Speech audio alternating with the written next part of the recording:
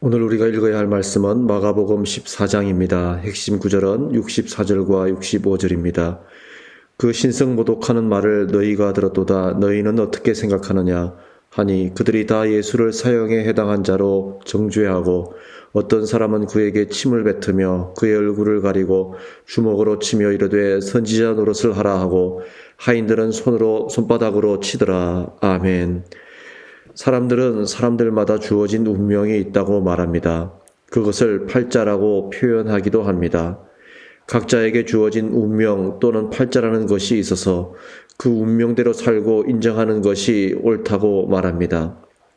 이렇게 운명론으로 자신의 삶을 합리화하는 대부분의 경우는 자기 삶의 부정적인 측면이나 희망적이지 못한 삶의 모습을 정당화하기 위한 수단으로 삼기 위함입니다.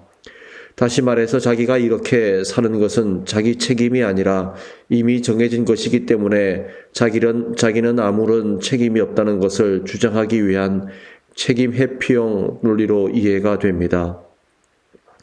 그런데 신앙인들 중에서도 자기 삶의 부정적인 측면에 대해 이런 운명론을 하나님의 뜻이라는 이름으로 살짝 이름을 바꾸어 자기 삶의 합리화를 시도하는 사람들이 있습니다. 적절하지 못한 삶에 대한 해석이라는 생각이 듭니다. 왜냐하면 세상적인 운명론과 나를 향한 하나님의 계획과 뜻은 분명히 그 정의와 의미에서 큰 차이가 있기 때문입니다.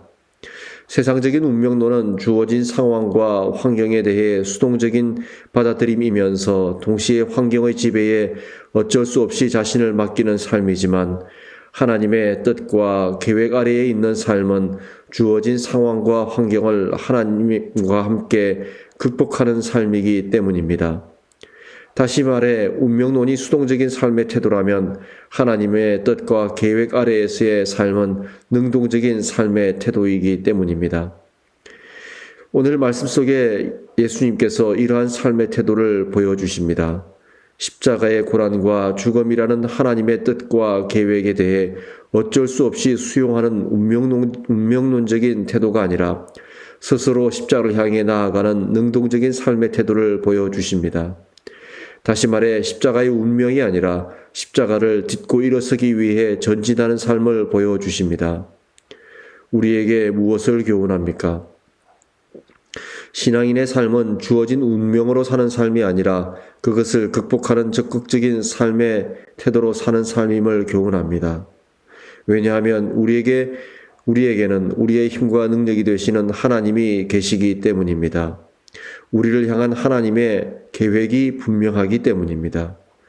오늘도 우리들 각자에게 주어진 삶의 자리에서 운명이 아닌 하나님의 뜻을 따라 극복하고 전진하는 우리의 삶이 되기를 기도합니다. 함께 기도하겠습니다. 하나님, 우리의 발걸음이 상황과 환경에 끌려다니는 것이 아니라 하나님의 뜻을 따라 전진하는 인생 발걸음이 되게 하여 주십시오. 우리 주 예수 그리스도의 이름으로 기도드립니다. 아멘. 한치골에서 보내드리는 새벽 편지였습니다. 오늘도 좋은 하루 되십시오. 감사합니다.